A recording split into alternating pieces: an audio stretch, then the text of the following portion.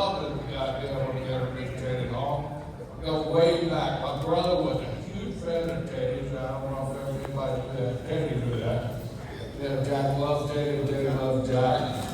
But I asked Teddy's podcast partner to give me some notes to try to refresh my memory. He gave me 15 pages of stuff. He wanted me to get booed out of this damn arena. You know, in 1932, Teddy Long set up the arena with Rick Gaba that was his manager. In 1936, these are the messages that Mac gave me to talk about Teddy Long. I said, hell, I ain't going to talk about that. So everybody knows that. I'm going to talk about the greatest wrestler's court of all time when Teddy was accused of selling Niagara, as the great May Governor would say, to the boys after he was getting it free from a doctor. Sit down the road, they come, hey, I got some of that Viagra, they'll help you out during the night. Teddy was run the wrestler's court. And he was convicted, by the way, but his mind was to buy beer for John Layfield, back to buy beer for John Layfield, and Ron Simmons that took his entire paycheck for the month. Fried chicken, too. I had that with chicken. Fried chicken. We got that cheap-ass Kentucky fried chicken. He knows no Bojangles or anything like that. No, I mean, she was not considered. And St. Louis, the Hall of Fame, this is the guy that left the great Ron Simmons on the side of the road in a blizzard down here. And put him off in the middle of Jersey, down the Jersey Turnpike. Finally, somebody hit Teddy on the shoulder. Teddy, we missing somebody? Oh, shit. Typically, Ron Simmons on the side of the road. Well, he put that car in reverse, and my partner John Layfield, as he getting closer, all you can see is Ron Simmons looks like crossing his soul back there. With no coming off of his mustache, no coming off of his head, and steam just bellowing out of his head here. This is the Teddy Long that you put into the Hall of Fame. Not only that, he was accused and convicted of selling pictures of John Layfield. Imagine this young man from Georgia selling a redneck John Layfield picture with Charles White, the Godfather, Teddy Long, who else was in there? Ron Simmons was in there too. He sent a picture trying to take credit for it. So this is the type of guy that we welcome into our Hall of Fame. What were you thinking? Like John Layfield said, Herbie there, he officiated the first Abraham Lincoln Stephen A. Douglas match. But you know, Teddy here is known for a lot of things, like player, all that. I didn't even know how to spell player, I can't even check her.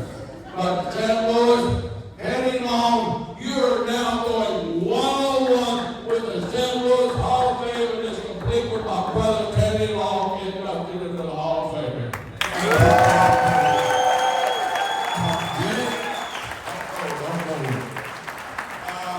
First of all, I want to tell a few stories. Won't be long. I know how to cut this off. I want to thank each and every one of you. Because if it had not been for each and every one of you, I would not be where I am today. So I want to personally thank each and every one of you. I want to tell you something about Gerald Brisco. I first went to work in WWF, and after I'd been there for a while, one day I was walking down the hall, and Jerry stopped me and he pulled me to the side. And Jerry said to me, he said, Teddy Long, he said, the old man loves you. And excuse my language, kids, he said, but don't fuck this up. Well, after 8, 6, 7 years, I went in the Hall of Fame. I come out of the Hall of Fame, Jerry was sitting there. I walked right up to him, I said, Jerry, I didn't fuck this up.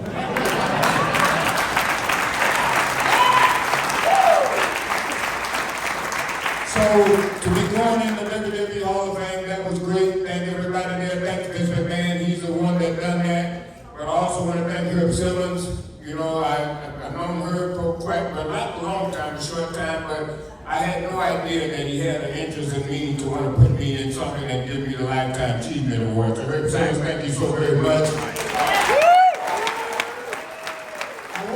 While I'm here, I want to thank some guys that I work with. I had the opportunity to work with over my whole career. Shane Douglas, one of the guys back here, I want to thank. Bill Alfonso, I don't know whether he's still here, but he's one of the guys I had the opportunity to work with. Tito Santana, I didn't know him, but I knew he was one of us, so I made the chance to make myself known, and I went over and I started talking to Tito. So thank you, sir, for letting me, give me the opportunity to work in this world. So that's basically all I gotta say. Matt Davis, I want to thank him. Me and him been working together on our podcast, Road Trip After Hours, been great. And I just got Rick and Robin, Rock and Roll Express. God, I had the opportunity to work with them. So I just want to thank these guys that have made me the opportunity to let me come into the wrestling world and to survive it and make it to where I am today. St. Louis, thank y'all very much. Holla, please.